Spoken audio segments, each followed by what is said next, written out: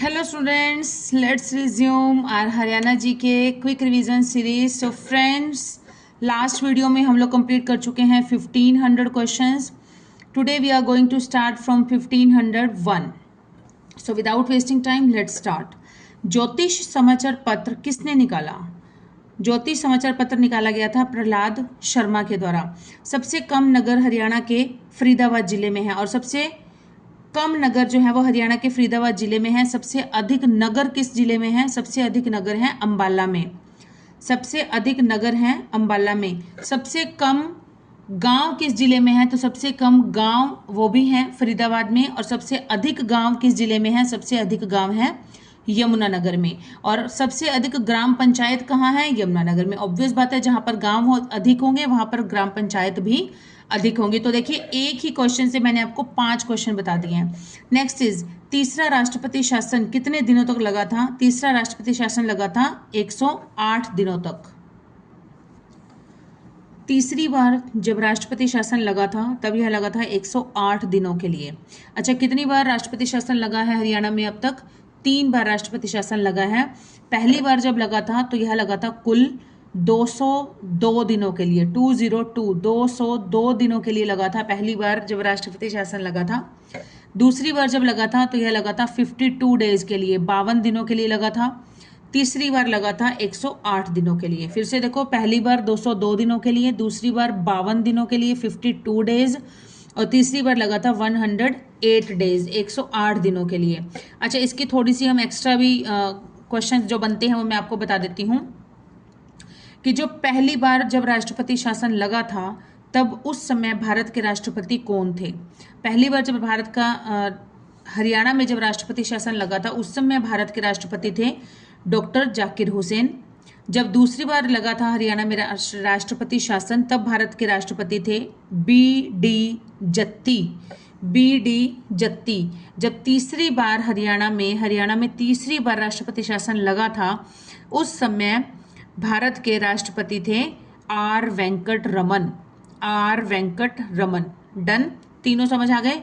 चलो अब आगे देखते हैं हरियाणा के बारे में। जब पहली बार हरियाणा में राष्ट्रपति शासन लगा था उस समय हरियाणा के राज्यपाल कौन थे? तो हरियाणा के राज्यपाल थे बी.एन.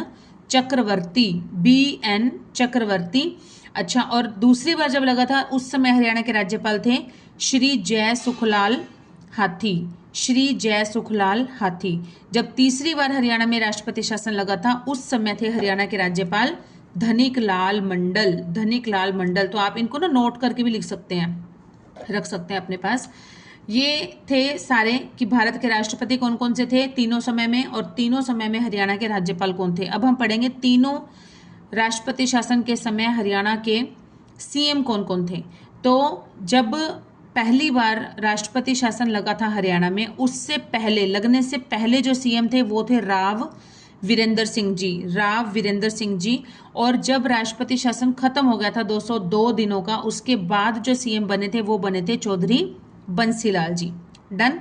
नेक्स्ट है, जब दूसरी बार राष्ट्रपति शासन लगा था उस समय हमारे हरियाणा के लगने से पहले जो सीएम थे वो थे बनारसी दास गुप्ता, या बी.डी. गुप्ता भी कह देते हैं। और जब यह शासन, राष्ट्रपति शासन जब खत्म हो गया था 52 डेज का, तो उस समय जो हमारे सीएम थे वो कौन बने थे? वो हमारे बने थे चौधरी देवीलाल जी।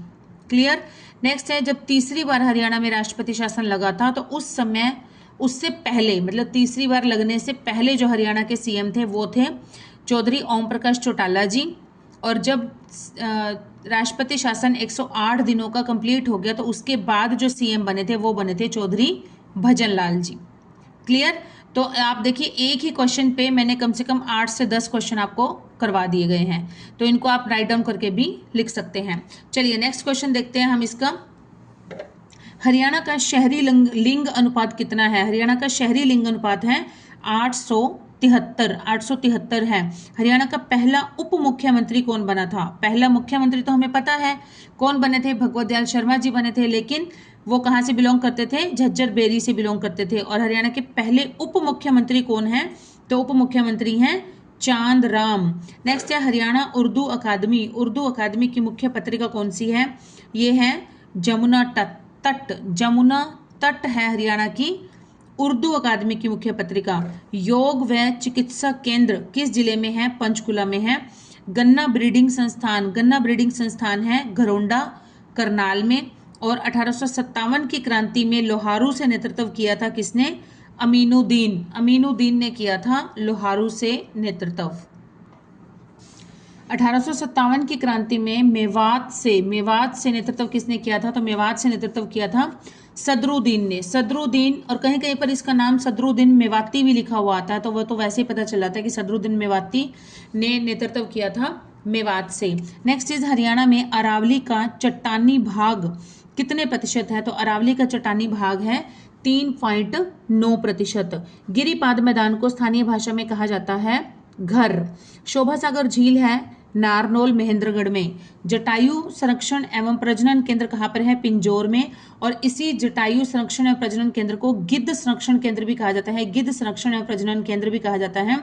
तो यह भी कौन सा है? कहाँ पर है? पिंजौर पंचकुला में। मत्स्य उत्कृष्ट केंद्र है झज्जर में। हरियाणा की नीली नदी कहा जाता है थापना नदी को कहा जाता है नीली नदी। नेक्स्ट इज हरियाणा की कृषि विभाग का क्या नाम है? कृषि विभाग का पूरा नाम है कृषि एवं किसान कल्याण मंत्रालय। अभी वर्तमान में हरियाणा के जो 15वीं विधानसभा चल रही है उसमें हरियाणा के कृषि एवं किसान कल्याण मंत्री कौन है? तो यह है श्याम सिंह राणा। नेक्स्ट है राज्य किसान आयोग का मुख्यालय कहाँ पर है? पंचकुला में है। हरियाणा राज्य कृषि विपणन बोर्ड का मुख्यालय किस जिले में है? पंचकुला में है। खड़गा स्टेडियम है अंबाला में। खड़गा स्टेडियम कहाँ पर है? अंबाला में है। माता बाला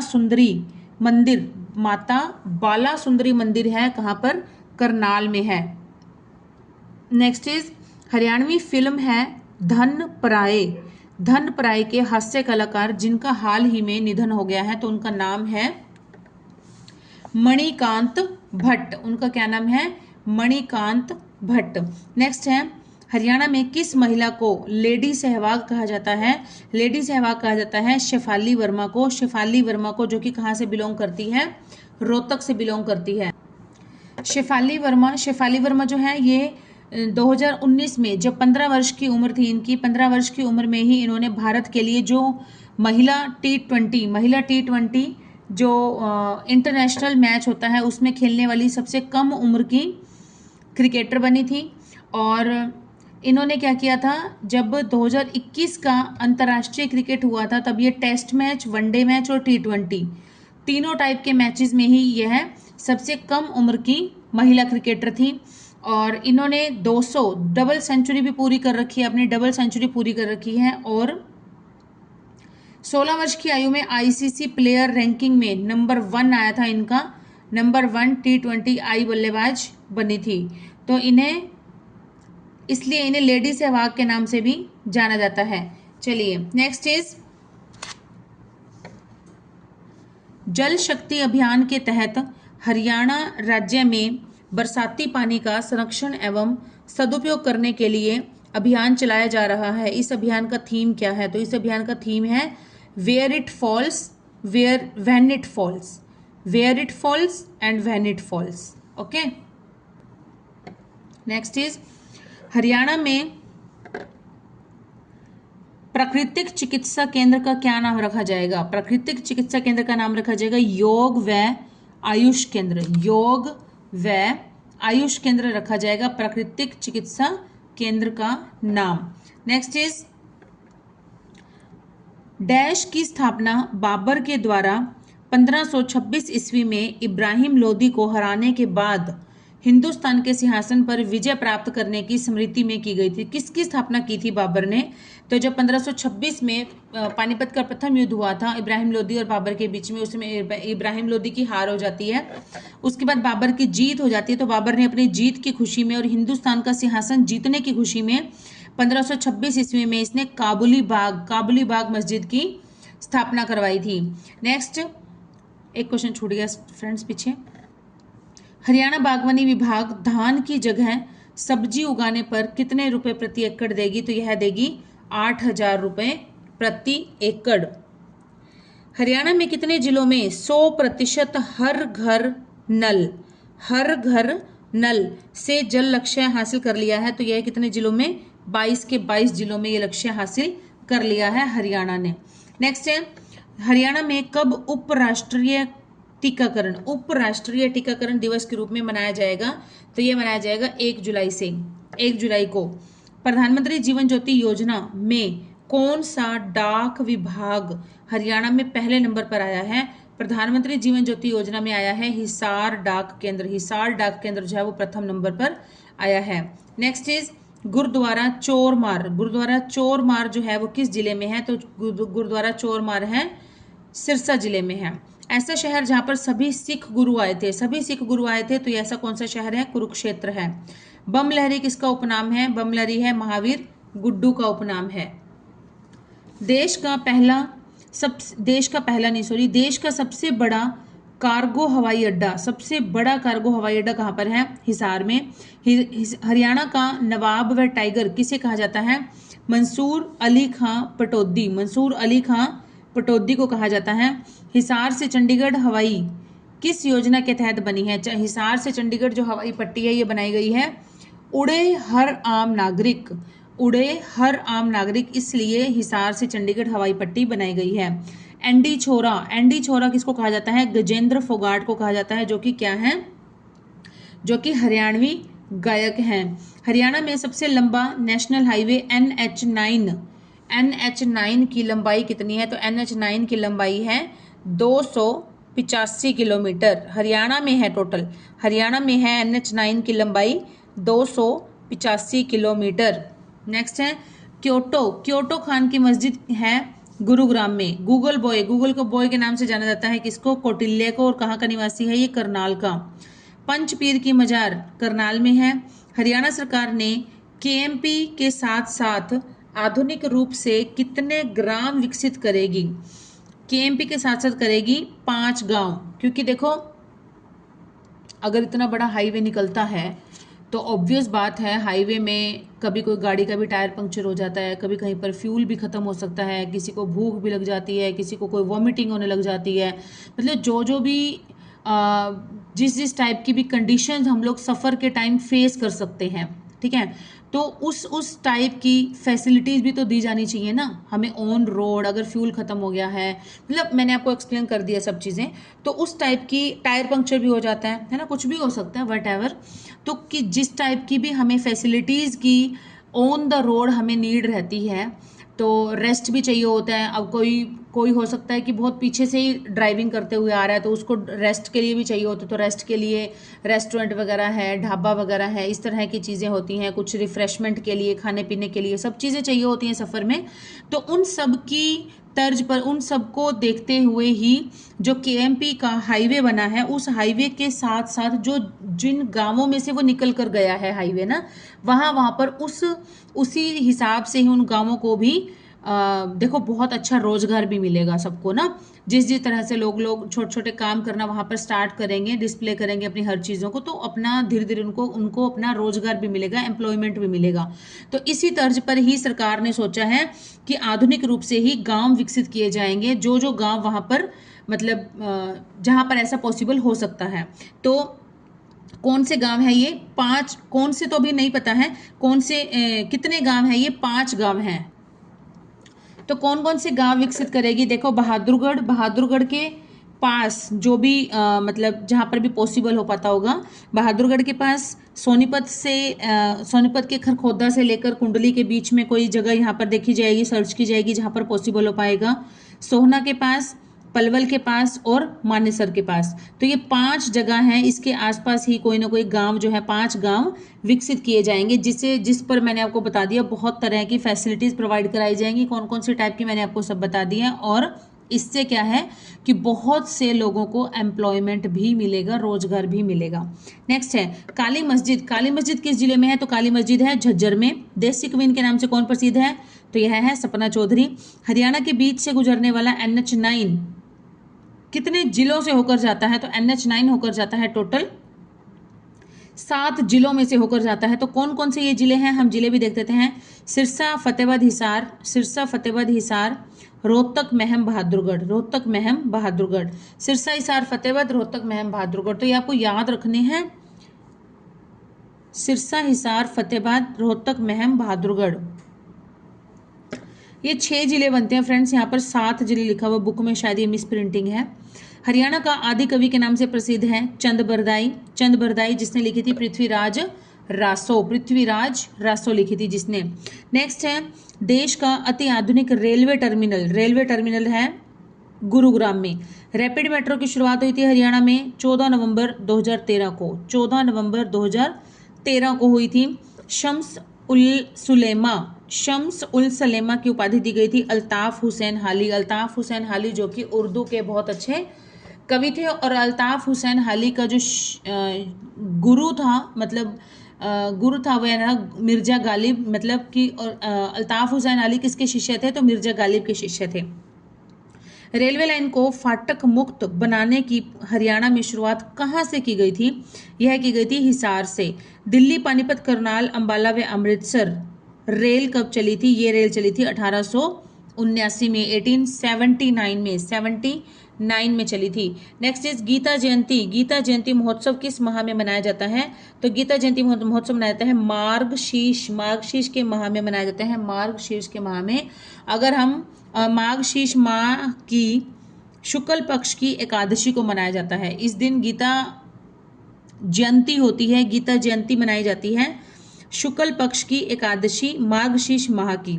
तो अगर हम अंग्रेजी कैलेंडर के अकॉर्डिंग देखें तो 2024 में ये बनी थी 11 दिसंबर को, और 2025 में कब मनाई जाएगी? 10 दिसंबर को। और जो अंतर्राष्ट्रीय लेवल पर है ना, इंटरनेशनल लेवल को, वहाँ इसलिए उसको गीता जयंती नहीं कहा जाता है, क्योंकि गीता जयंती जो जन्मदिन होता है जिसका, वो तो उसी दिन मनाया जाता है, इसलिए वो उसका नाम थोड़ा सा चेंज करके उसमें ट्विस्ट करके कर दिया है गीता महोत्सव, कि वो अपने अकॉर्डिंग कभी भी वो पूरे साल में गीता महोत्सव जो है वो मना सकते हैं। ठीक है, तो जयंती जो होती है, जो जन्मदिन होता है, वो तो पर्टिकुलर सेम डे ही होना चाहिए। तो शुक्ल पक्ष की एकादशी को मनाया जाता है 2024 में 11 दिसंबर को था, और 25 में 10 दिसंबर को होगा। नेक्स्ट है हरियाणा सेवा अधिकार के मुख्य आयुक्त कौन है? तो यह है टीसी गुप्ता। नेक्स्ट इज गोप जो आभूषण है वो किस अंग का आभूषण है? तो ये है पुरुषों का गले का जेवर है, पुरुषों के गले का जेवर है, ये गले का गहना है गोप। अक्टूबर नवंबर में कौन सा देसी महीना आता है? तो अक्टूबर नवंबर में देसी महीना आता है कार्तिक, और कार्तिक के बाद आता है मार्गशीर्ष, आपको पढ़ा है, ये नवंबर दिसंबर में आ जाता है। जनवरी फरवरी में आता है माघ का महीना, जब हम माघी मनाते हैं, लोहड़ी का त्यौहार मनाते हैं, और फिर माघी मनाते हैं, है ना, मकर संक्रांति मनाते हैं, तो ये माघ का त्यौहार, माघ का महीना आ जाता है जनवरी फरवरी में। हरप्रीत सिंह किस खेल से संबंधित है? हरप्रीत सिंह संबंधित है शूटिंग से। बहादुर सिंह है ये। बहादुर सिंह का संबंध है गोला फेंक से। हरियाणा के पहले सूफी संत थे शेख मोहम्मद तुर्क। साए अपने अपने रचना है राजकुमार निजात की रचना है साए अपने अपने। दीपचंद बहमन के गुरु का क्या नाम था? तो उनके गुरु का नाम था छाजूराम। जे.सी. शाह आयोग ने अपनी रिपोर्ट पेश की थी 31 मई 1966 को पेश की थी। सबसे ज्यादा विधानसभा वाला जिला है कौन सा? हिसार। और कितनी विधानसभा सीटें हैं इसमें? 7 विधानसभा सीटें हैं, 7। परमानंद पुस्तकालय किस जिले में है? परमानंद पुस्तकालय है हिसार जिले में।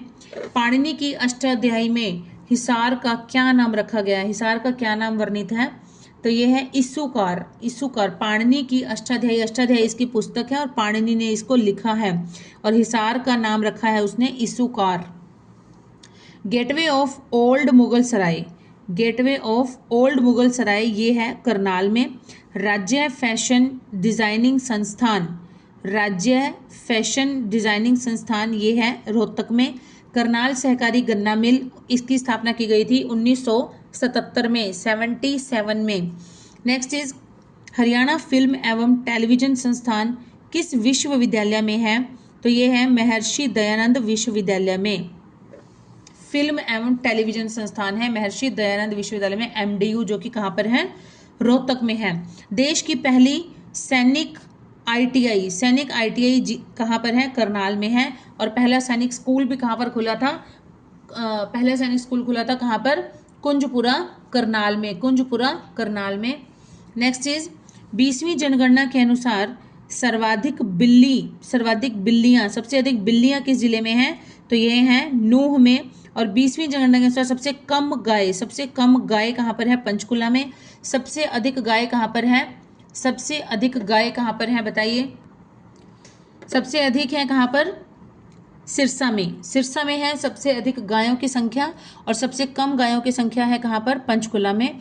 और जो सबसे अधिक संख्या है गायों की, उसमें कौन सी नस्ल की गाय सबसे अधिक है, तो कौन सी नस्ल की गाय सबसे अधिक है, वो है हमारी साहिवाल गाय, जो कि लाल रंग की होती है, स्किन का कलर उसका रेड होता है। सबसे अधिक ऊंट कहाँ पर पाए जाते हैं, सबसे अधिक ऊंट पाए जाते हैं सिरसा में, और सबसे कम ऊंट पाए जाते हैं अंबाला, कुरुक्षेत्र, सोनीपत में। अब देखो इस चीज का ना बहुत इफेक्ट पड़ता है, अगर आप थोड़ा सा लॉजिकली आप समझना चाहेंगे कि जो भी किसी एरिया के आसपास का जो एनवायरनमेंट होता है, जो आसपास का जलवायु होती है, उसका बहुत इफेक्ट पड़ता है। जैसे सिरसा के पास क्या है, राजस्थान है, तो राजस्थान की जलवायु को बहुत इफेक्ट पड़ता है। तो रेगिस्तान का जहाज कहते हैं ऊँट को, हम सबको पता है, शिप ऑफ द डेजर्ट।